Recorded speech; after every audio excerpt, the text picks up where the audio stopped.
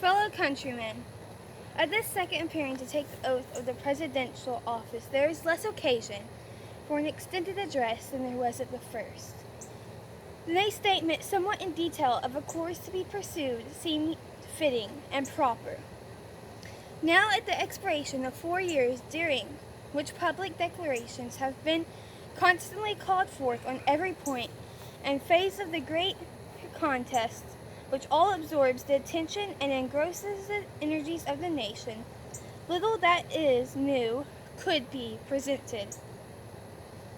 The progress of our arms, upon which all else chiefly depends, is all well known to the public as to myself, and it is, I trust, reasonably satisfactory and encouraging to all.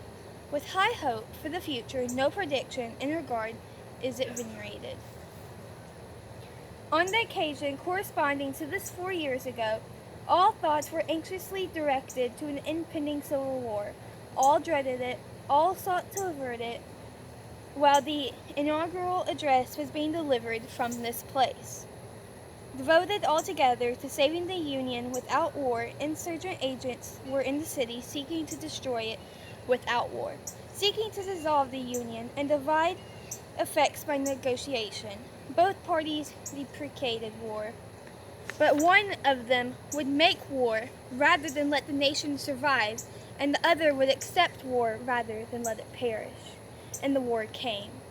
1/8 of the whole population were colored slaves, not distributed generally over the Union, but located in the southern part of it.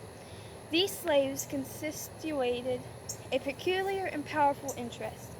All knew that this interest was somehow the cause of the war. To strengthen, perpetuate, and extend the interest was the object for which the insurgents would rend the Union by war.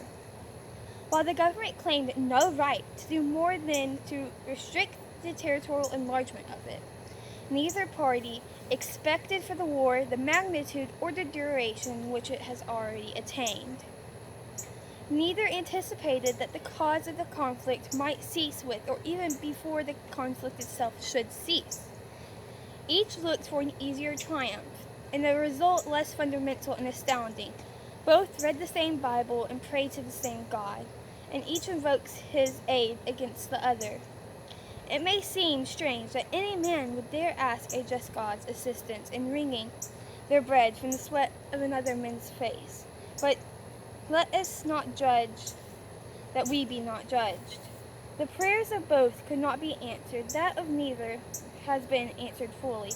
The Almighty has his own purposes. Woe unto the world because of offenses, for it must needs be that offenses come, but woe to the man by whom the offenses cometh. If we shall propose that American slavery is one of those offenses which, in the providence of God, must needs come, by which having continued through his appointed time, he now wills to remove, and that he gives to both North and South this terrible war, as to woe due to those by whom the offense come, shall we discern therein any departure from those divine attributes which the believers in a living God always ascribe to him? Fondly we do hope, fervently do we pray, that this mighty scourge of war may speedily pass away. Yet if God wills that it continue until all the wealth piled by the bondman's 250 years of unrequited toil shall be sunk, and until every drop of blood drawn by the last shall be paid by another drawn by the sword, as was said 3,000 years ago, so still it must be said, the judgments of the Lord are true and righteous altogether. With malice towards none, with charity for all, with firmness in the right, as God gives us to see the right, let us strive on to finish the work we are in, to bind up the nation's wounds, to care for him who shall have borne the battle, and for his widow and his orphan, to do all which may achieve and cherish a just and lasting peace among ourselves with all other nations.